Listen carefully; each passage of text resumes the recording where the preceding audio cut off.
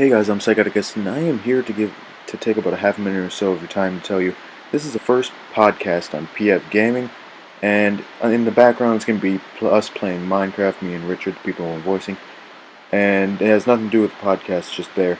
But yeah, in the middle of this podcast, Richard gets too far, so yeah. Thanks for watching, and keep going. Bye. Good. He's gonna do his sidekick. Oh no. What? You started? Why didn't you tell me? Just roll with it. Okay. I wasn't doing anything. Yes, you were. I'm going to start this. Okay. I guess I'll be closest to the mic. So, hello, ladies and gents. Welcome to this podcast. Welcome to the PFG Podcast, everybody. I'm Psychotic S, and here with the Rich Dragon Master. And today we're going to talk about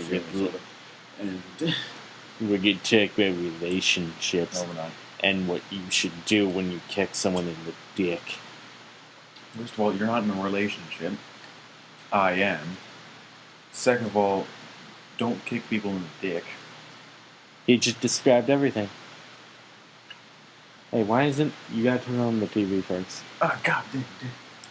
He's trying to play the Xbox One, no biggie. What is it? I'm blind. Yeah, he is blind. So are you. Well, shut up. I'm not gonna shut up. You shut up. So, yeah. You douche. Of the bags. Of all of them. So what's the first topic, Ethan? There's no topics. Just you tell me your story. Stuff right now. Oh yeah. Okay. So basically, what this podcast is going to be is I'll do my town famous improv stories. Ethan will be fact checking me. Just go over. The other over. Not that far. Go to my games and apps. Or did you do that right? Alright, so let's do an improv story. So, wait, is this the crack universe or the cop universe? Alright, I'll go with the crack universe. So this is the story I gave Ethan today. I might as well tell you guys. It might be a little different from what I told Ethan, but it'll be around the same thing. I'm a crack, very, very heavy crack dealer. You know, I deal crack. I deal big rocks too. It's like $4.50 a pound. But if you want the smaller rocks, it's like $1 a rock. But so this one guy came up to me and he looked like a cop. You know, he looked like a cop. He was like, "Hey, you a drug dealer?" He walked up to me and was like, Are you a drug dealer? And I was like, no, where'd you get that idea? And he responded with, you're not wearing shoes, those are rags. And I looked down and it was like, shit, he's right. And so I sold him some drugs, but before I sold him the drugs, I made sure he wasn't a cop by giving them this simple question. You'll get it if you're a WWE fan. It's where you ask them who's better, Iron Sheik or Big Boss Man. And if they answer Big Boss Man, they're a cop, and you get the hell out of there. But if they answer anything else, you just sell them, you know? I mean, I'd sell someone that. But, yeah, so I sold him the drugs. It was grade A, which at the time, I didn't know A was the lowest. But, so I sold him. He jumped. Yeah. But, we were on a bus. Ethan was passed out drunk. Again. And but the guy I sold drugs to literally jumped off a moving bus. I mean, he just jumped off. He didn't even wait for the bus to stop. He just jumped. And so, like 5 seconds later, my boss calls me. His name's Tom, or Tom Nook, if you're familiar with that. And he's like, "Hey, I heard, did you make a sale recently with that crack?" And I was like, "Yeah," but the dumbass doesn't know I sold him anthrax. And so Tom responded with, "Okay, there's 2 things wrong with that." And he said, "First, you sell customers actual crack." But Tom didn't know I get high on my own supply. Like, during the conversation and sell of the drugs, I was smoking crack. Which is a very common thing, you know. And what the second thing I did wrong is, turns out the guy I sold drugs to was a kip. Which is a big problem, because he's still running away from the bus with the anthrax I sold him for $4.50. But he was like, Tom was like, you sold anthrax to a cop, not even a regular, like, you know, just kind of cop that would be like, "Hey, if you sell me this, I won't give you a ticket." No, it was a hardcore cop. So I was like, "Shit. Wait, won't he?" And I said back to Tom, "Wait, won't he just get hallucinative drugs or whatever?" And he was like, "Anthrax will kill a cop. Did you even wipe the fingerprints?" And I checked if I was wearing my special gloves. There were the fingerprints from the dead bodies too. What? Yeah.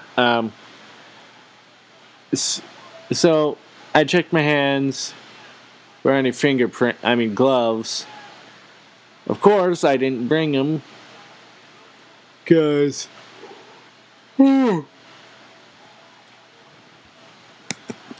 I was like, apples.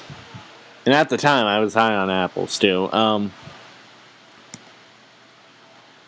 And so Tom told me, "Look, you just gotta find the guy you sold the anthrax to. Tell him, hey, I sold you a defective crack. And I kind of need it back. So, yeah." Or just send me after. You were still drunk. Anyways, so Tom was like, "Yo." Actually, wait, I told what Tom said, and I was like, "Well, that will be easy because he's still outside the bus." He literally jumped out. And Tom was like, "That's even perfecter. You can smash his legs on the concrete. You can curb stomp him." And for you little kiddies who don't know what a curb stomp is, it's basically where... Well, if they watch you, never mind. I'll tell you somewhere else. But... Oh, yeah, sure. Go to choose character and delete the character. Back to the story. So I jump off the bus. I leave Ethan on the bus because I know he knows the way home.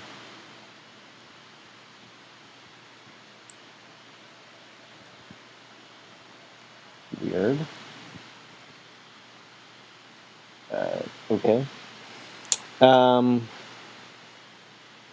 trying to remember where... Oh, yeah. So I jump off the bus through the same window he went out because I was wearing a $10 suit and I didn't want to get wrecked.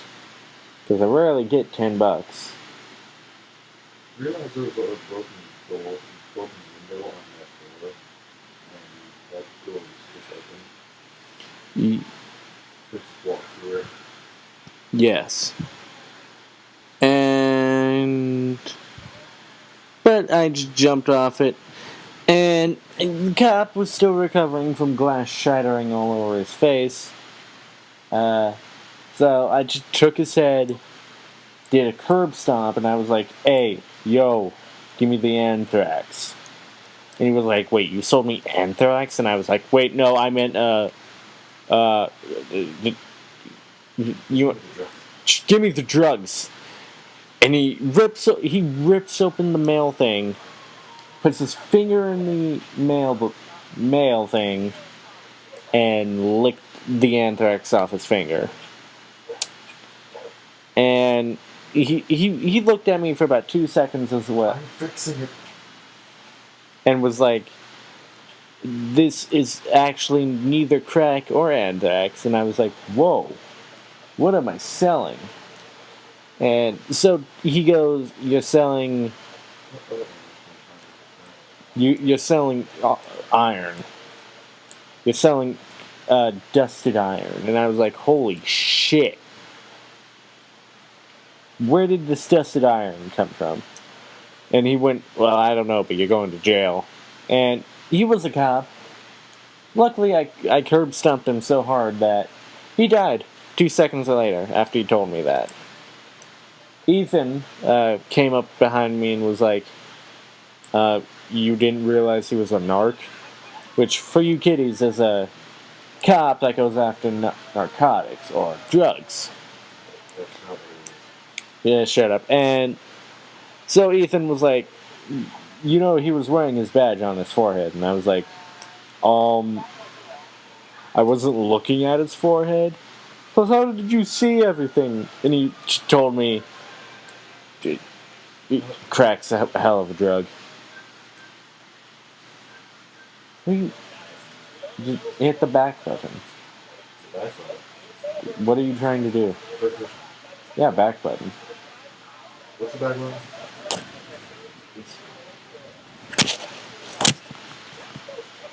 Sorry, I'm helping Ethan with stuff, but so that's the story of how I saved Christmas. But it turned out that guy who I sold iron to was Santa. I killed Santa. And me and Ethan were elves at the time. Tom Nook sold us for marijuana. But Tom Nook sold us away for about 2 months to the guy I sold iron to. And it turns out it was Santa. Now, Santa, kids, you may not think he's real, but Santa is very much dead now. I killed him. I literally curb stomped him as hard as I could. And when Ethan pulled the bald cap off of the guy I curb stomped and turned out to be Santa, we were like, "Oh, SpaghettiOs."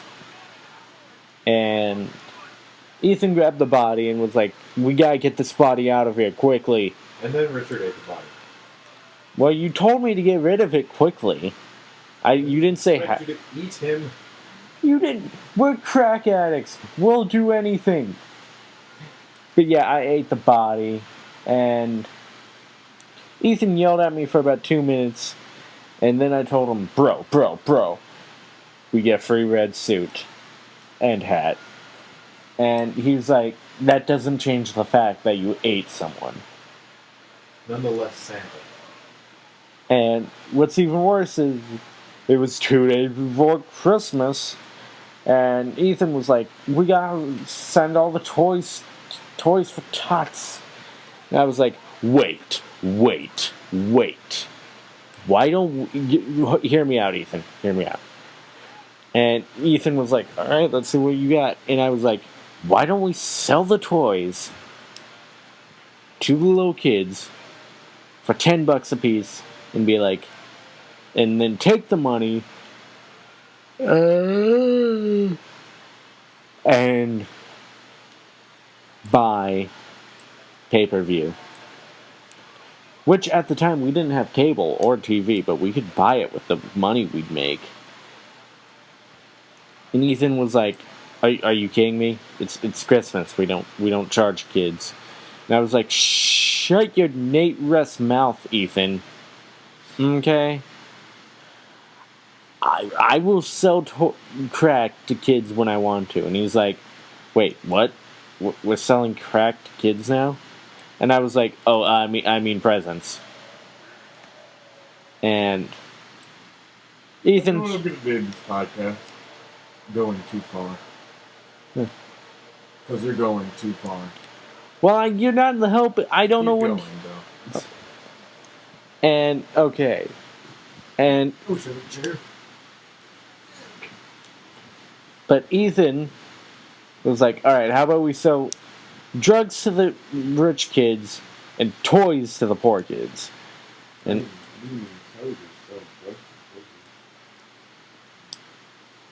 right, and but I was like, "All right, It's snowing. it's snowing." It's not. Oh, I got excited for a second. Then he killed my excitement. Look at that. Douche. Which is what he called me as soon as I sold the drugs to kids. And he was like, and then we turned on the TV at Tom Nook's house because he accepted us back in. And Tom Nook was like, "What the fuck did you guys do?" And we were like, "Whoa, what did we do?" He turns on, so Tom Nook walks over, turns on his smart TV, and it was on Fox News. And Fox News was reporting that half the world was high. Even the president was high. Which I don't even remember going to the president's house. And so I told Tom Nook, it was like, I told him, "Hey, that wasn't us. We didn't sell drugs to kids. And our supplier was not a clown." And the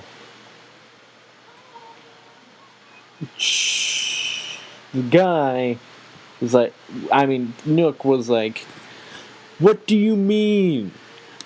I'm your supplier. Where's this clown come? Are you buying drugs from a clown now?" And what Tom Nook didn't know is I had a second supplier. It was Eight. I'm one of them. Yeah, Ethan's one of my You suppliers. give me the drugs back and sell to different people. Yes. A little lower price rate, so I make money and you lose money. Yes. But this clown, he gives me grade Z crack for me to smoke. And Tom Nook's like, is okay about it because I pay him. And Tom Nook's like, "You know what? You're fired." And he said to some random cat. I don't know where the cat came. Just look around. Yeah. But it was like, "Hey, you, cat, you're fired." Because at the time we had a cat as a receptionist. And the cat left on some good terms, you know, he turned in his stuff. But as soon as he left, we found a giant turd on Tom's desk. Like a big old turd. It wasn't even a cat turd, it was a human turd. And yeah. And as we rushed after the cat already got in Tom's car and proceeded to flip us off as it drove away. I was not here at this point. Yeah, Ethan was out doing what the fuck ever. But, I was doing stuff I do. I'm not care about what they're doing. yeah. So yeah, he goes, the cat leaves, we have a giant turd. Tom's like, "Alright, I need you to get rid of this." And I ate the turd. straight up ate it. Straight up ate it. All of it. And, like, Tom Nook was looking at me the same way Ethan did when I ate that body. Except worse. You're literally a cannibalistic food. Thank you. And I gotta readjust myself. Blah. And another thing is, and after the turd, I ate the turd, Tom Nook punched me in the face and was like, I meant the cat. So I ate a turd for nothing. I would have done it anyways. I don't even know what I'm saying. But, which brings me to my next story. I'm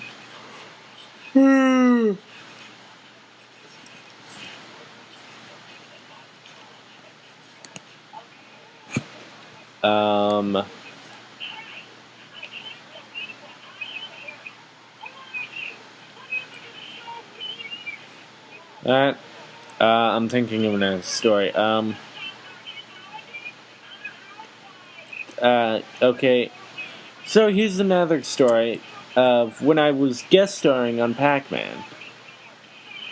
Now, Pac-Man, if you don't know what Pac-Man is, he's a yellow thing.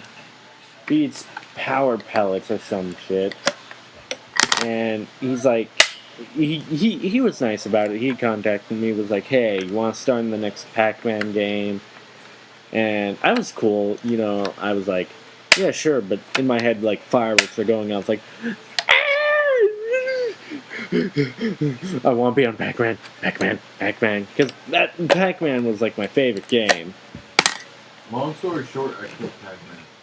And that's another story, but this is, as I said, long story short, I killed Pac-Man. Yeah, I know that, but that's a different story. Until that story next time. I will. But this story leads into that story. Yes. But, so I went on the Pac-Man set, and, the director was Michael Bay, so I knew what I was getting myself into, but at the time I was like, I don't care. I want the Pac-Man. I want him inside of me. But so Michael Bay was like, hey, yeah, I know. But Michael Bay was like, hey, so I need you to do this one mission where it's like a flashback to JFK giving the finger to Castro and then giving Castro a drive-by like Tupac got. And I was like, whoa, what the hell kind of Pac-Man game is this? And Michael Bay was like, this isn't the Pac-Man set. This is the Call of Duty set. And Michael Bay he was cool, he understood a rookie mistake, He proceeded to punch me in the gut, face, and pubic area, and told me where the Pac-Man set was. And after crawling my way to the Pac-Man set, and Pac-Man saying to me, he was like, oh my god, what happened? And he was like, I was like, Michael Bay happened. Bleh. I died on that set, but Pac-Man, he gave me a few extra lives, Pac-Man was a cool guy. No. What? I'll check it later, but I'm doing the podcast. I'm telling a story. Fine. So Pac-Man, after I got revived, Pac-Man told me, alright, you're going to be playing the plot part of Inky. I believe that's a blue ghost. But yeah, I was going to be playing Inky, which I'm not sure if it's the first ghost or, like, last, but Inky, he gave me the Inky costume. Oh yeah, Inky is the blue one, just as I thought. But yeah, he gave me the Inky costume and was like, hey, I need you to be I need you to have a romantic interest in Pinky. And I was like, whoa! What the? And no, I later found like I needed to have a romantic interest in Pinky, but Pinky at the time at the recording of the game, Pinky didn't have a woman voice act. Control whatever thing. Actually, Pinky just got in front of you. Yeah, but would.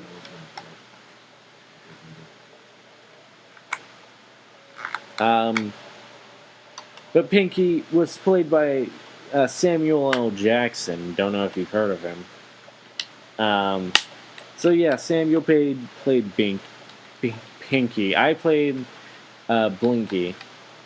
I forgot who played Clyde, which is the orange guy. And Blinky was played by the guy who played that one pirate from Pirates of the Caribbean. But yeah, we just did the normal routine, Pac-Man did his waka waka waka, ate a power pellet, and we were all supposed to go like, power pellet, run away! And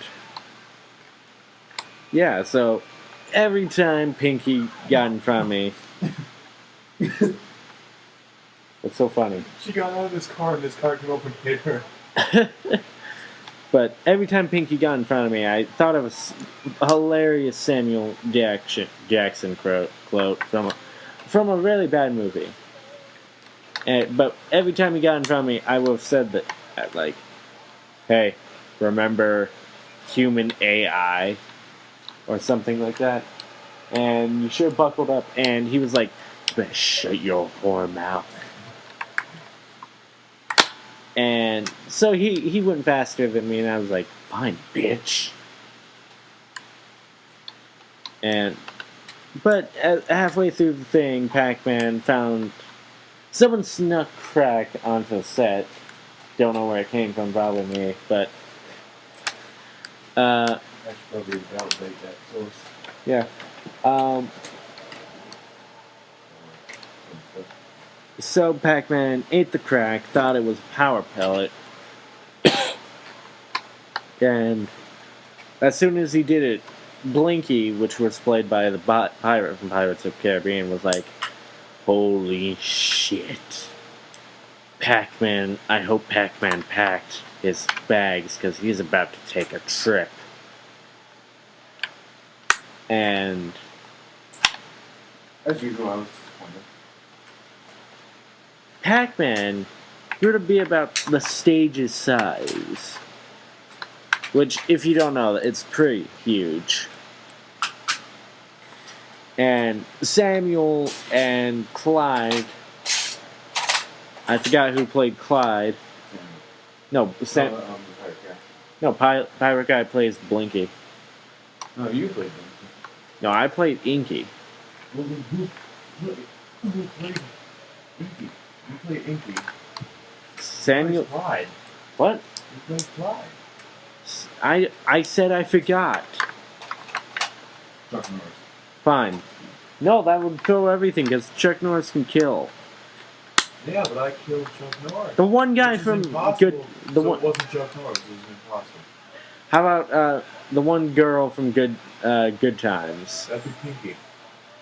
No, Samuel's playing Pinky. Well, then that's gay. Why? Because Pinky's a girl. Exactly. Moving on. So Pac-Man grew to be about the stage size, and Samuel was like, I'm tired of you Brits people sneaking crack on this plane.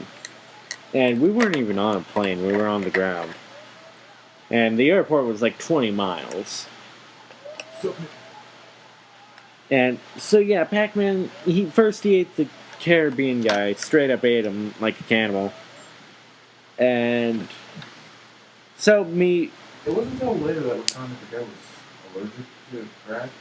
Yeah. That's why he was swollen up. Yeah, so me, Samuel, and that one girl from Good Times jumped out of our costumes and started running. And Godzilla Pac-Man, which is what we refer to him as, just busted out of the recording studio and was like, "Waka Waka," like that one Muppet from Muppets, Waka Waka. And Your references are invalid. Oh, shut up! I can make a reference to Naruto right now. No one would care. Jin Cherokee. Yeah, that's what I thought. Anyways, so he kept following us, and we were like, "Oh God!" And Samuel tried to do an Asian impression for some reason. I don't know. We were about to die. He just felt like being funny, and he was like, "It's Godzilla!" And right as he said that, Pac-Man launched a giant-ass laser out of his mouth. And we were all scared. Like, I literally shit my pants. Water going down my leg. As soon as the laser came out, like, I knew we were dead. But Ethan, now let me tell you something about Ethan at the time. Ethan at the time. That even more correct? He had even more crack than I did. And he did things worse than I did. I ate people and ate kids. He just came up, murdered Pac-Man, and he told me, join the crack business, it's a lot safer. Little did I know, it's a little less safer than I thought working with Pac-Man. But after Pac-Man got killed, Samuel and that one girl from Good Times was like, they were cool. They were like, I'm gonna go rethink my life, and I am now scarred for life. They were cool. And that's the story of how me and Richard met. Yeah. We killed Pac-Man. Well, he did. Yeah. I just shit my pants. Yeah. Oh. We still got like 10 minutes. Well, I don't care about minutes. Okay.